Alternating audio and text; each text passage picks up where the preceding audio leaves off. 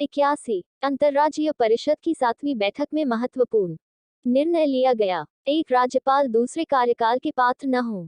B राज्यपाल सक्रिय राजनीति में न लौटे। सी राज्यपाल की नियुक्ति गृहमंत्री करे। डी राज्यपाल निर्वाचित हो। आंसर बी राज्यपाल सक्रिय राजनीति में न लौटे। 82 अंतर्राज्यीय परिषद की नियुक्ति कौन करता है?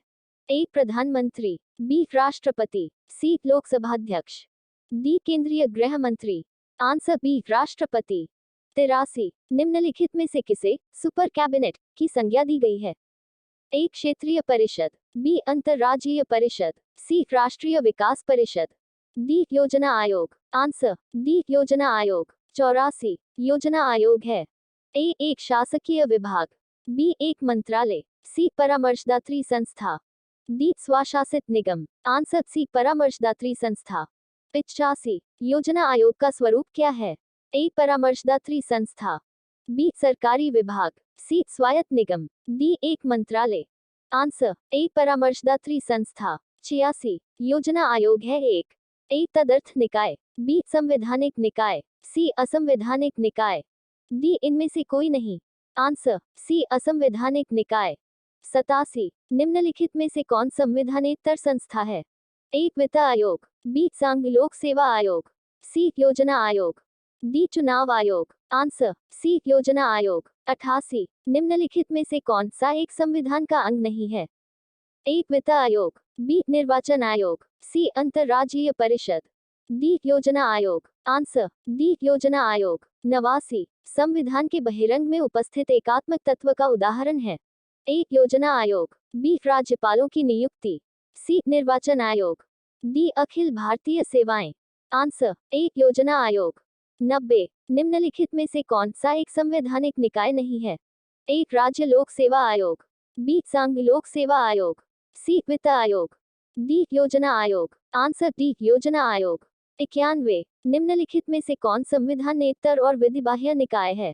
ए राष्ट्रीय एकता परिषद, बी राष्ट्रीय विकास परिषद, सी योजना आयोग, डी उपर्युक्त सभी। आंसर डी उपर्युक्त सभी। 92 योजना आयोग से सर्वाधिक प्रभावित हुआ है? ए अल्पसंख्यक आयोग, बी संघ लोक सेवा आयोग, सी निर्वाचन आयोग, डी वित्त आयोग।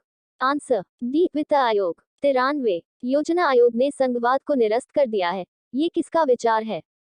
ए Ashok Chanda, B R Ambedkar, C Jawaharlal Nehru, D K S Hegde. Answer A Ashok Chanda. 94 योजना आयोग की स्थापना किस वर्ष की गई थी? A 1951, B 1950, C 1952, D 1949।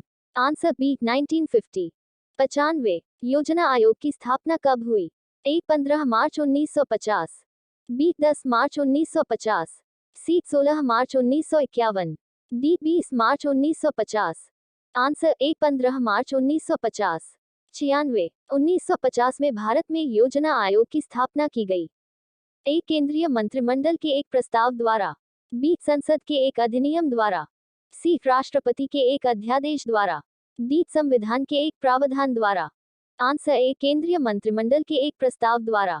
97 1950 में योजना आयोग का गठन निम्न में से किसके संकल्प द्वारा किया गया?